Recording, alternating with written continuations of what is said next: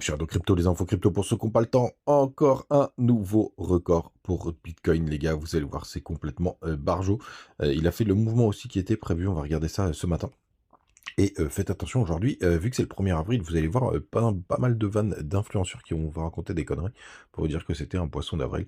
Vous êtes, au courant, le BTC ce matin, il est à 69 500, il perd 1 Ether qui retrace un peu plus, on est à 3 500 $. Le reste de la map est assez rouge ce matin, même s'il y a pas de gros dévissage. On a BNB qui perd 3, XRP qui perd 2. On a Ton quand même qui est dans le vert, plus 2. ADA et AVAX qui perdent quasiment 4. Bitcoin Cash qui est en forme ce matin, plus 15. C'est le seul qui est vraiment belle performance dans ce top 50.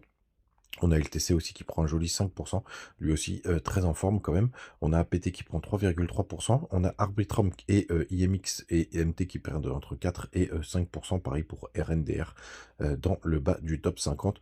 Contre-perf du côté d'OP et GRT qui perdent 5%. Et à la 49e position, on a Theta qui prend 3,5%. Et j'ai vu que son petit cousin TFUL a fait une belle performance hier, notamment. Ça a poussé, les gars, du côté tout d'abord du weekly du BTC. On a fait un nouveau plus haut weekly avec des corps de bougie, vous voyez. Là, on a fait une clôture au 71 346 $. On a été chercher parfaitement le gap CME. Je voulais vous montrer ça comme ça s'est fait. On a été le chercher parfaitement et après on a retracé derrière. On va voir ce que va nous donner la suite pour le coup, mais ça a été chirurgical et très précis. Du côté du record, c'est ça que je voulais vous montrer, c'est en monthly, les gars, puisqu'on a eu la clôture monthly hier. On a eu une énième bougie. Ça fait donc cette bougie verte d'affilée en monthly, c'est quand même énorme. 1, 2, 3, 4, 5, 6, 7. Pour le coup, c'est complètement barjo. C'était jamais arrivé par le passé. Sur les derniers bull run, on était monté jusqu'à 6. Mais jamais 7, donc complètement ouf. Ce qui voudrait dire quand même, d'ailleurs, on est sur le mois du halving, ça y est, qui est arrivé. Est-ce que ce sera le mois de la correction, les gars? Et avec un petit ciel genou sur le halving, l'avenir nous le dira. En tout cas, du côté du RSI, on est toujours sur des plus hauts, rien de d'alarmant de ce côté-là. Quand on descend en daily, on voit qu'on est en train de faire un joli pullback sur le top encore une nouvelle fois sur le top du précédent ATH, donc de 2021. Donc on va voir bien entendu ce que ça va donner.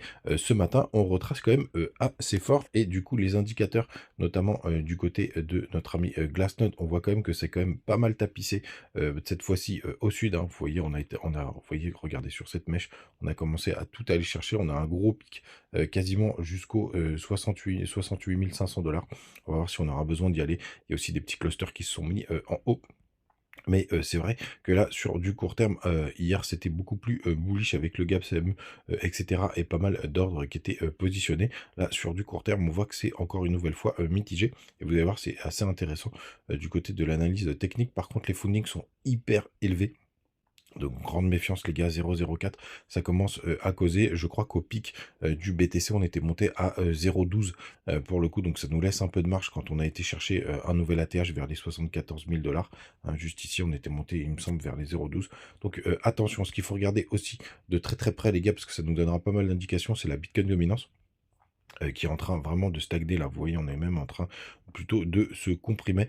C'est très léger, ça veut dire que les altes suivent à peu près le mouvement du BTC. Regardez, jamais, c'est rare de voir un truc aussi plat. Ça veut dire vraiment que tous les altes suivent de très très près le mouvement du BTC. Donc on va voir ce que ça va donner. Ce qu'on espère bien entendu, c'est un retournement et que la Bitcoin dominance parte à la cave, puisque ça signifierait tout simplement qu'on a nos petits altes qui performent. Je voulais vous monter sur des plus petites time frames, notamment en 4 heures. Regardez, c'est magnifique. On a vraiment ce range qui est en train de se former. On a même été chercher tous les stops qui étaient sous ce dernier plus bas, vers les 69 000. Là, puisqu'on a touché les 68 800. On va voir si on a besoin d'aller chercher cela. Pour moi, il n'y a pas trop d'intérêt parce qu'ils sont plutôt safe. Là, pour moi, c'était aller chercher les stops de tous ceux qui avaient mis leur petit stop là sous ces derniers niveaux. Donc pour moi, pas trop d'intérêt d'aller chercher celui-là, mais l'avenir nous dira si on a besoin de liquider. Comme je vous disais, il y a quand même pas mal de stocks qui nous attendent aux 68 500, mais ce qui ferait juste de pas aller chercher de toute façon tous ces stops. Je pense pas qu'il y en ait des tonnes, parce qu'on avait déjà pas mal nettoyé. On va voir ce que ça va nous donner. Il faudra qu'on fasse attention de ne pas nous faire un petit Bart Simpson. Maintenant, vous connaissez cette figure. Mais attention, grande méfiance. Le plus intéressant pour nous, bien évidemment, ce sera que le BTC continue de latéraliser, se balade de côté pour que nos alts puissent s'éclater. En parlant des alts, on en a un qui a complètement explosé, c'est JFI. Il a même dépassé mon Lime sur les performances, puisqu'il a pris des 40% quasiment tous les jours. Là, je suis à 1225%. Ça fait vraiment plaisir. Un projet RWA qui explose. Je sais qu'il a été listé sur pas mal d'échangeurs, notamment je crois qu'il est arrivé du côté de BitGet. Les gars, n'hésitez pas à me rejoindre du côté de Twitter.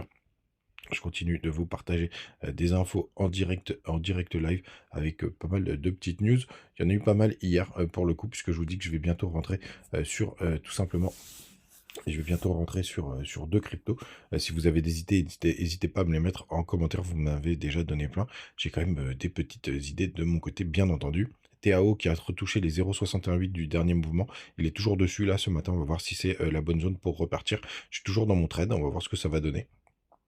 Et puis après deux trois conneries qui traînaient sur internet, donc n'hésitez pas à venir nous rejoindre. Vous avez aussi le Telegram et TikTok, et aussi du côté de comment ça s'appelle, de Thread. Je suis encore dessus. Les gars, n'oubliez pas aujourd'hui sur le launch pool BitGet. Donc pour le coup vous avez le launch pool dope qui va arriver dans à peu près 4 heures au moment où j'enregistre l'émission. Bien évidemment, moi je vais tout mettre dessus. Je vous ferai peut-être un petit screen là, du côté de Twitter. Mais n'hésitez pas à en profiter parce que ça vaut le coup. Et d'ailleurs, on va aller jeter un œil au TAO pour voir s'il a maintenu. Ah, il a quasiment été chercher les 78,6 du dernier mouvement. On va les regarder.